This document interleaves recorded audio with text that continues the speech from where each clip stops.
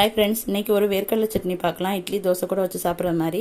First அடுப்பில் ஒரு கடாய் வச்சுக்கோங்க. கடாய் ஹீட் ஆனதுக்கப்புறம் ஒரு 3 ஸ்பூன் எண்ணெய் ஊற்றிக்கோங்க. எண்ணெய் ஹீட் ஆனதுக்கப்புறம் ஒரு கைப்பிடி அளவு சின்ன வெங்காயம் சேர்த்துட்டு அதை நல்லா வதக்கிக்கோங்க. இப்போ 8 வரமிளகா சேர்த்துக்கலாம்.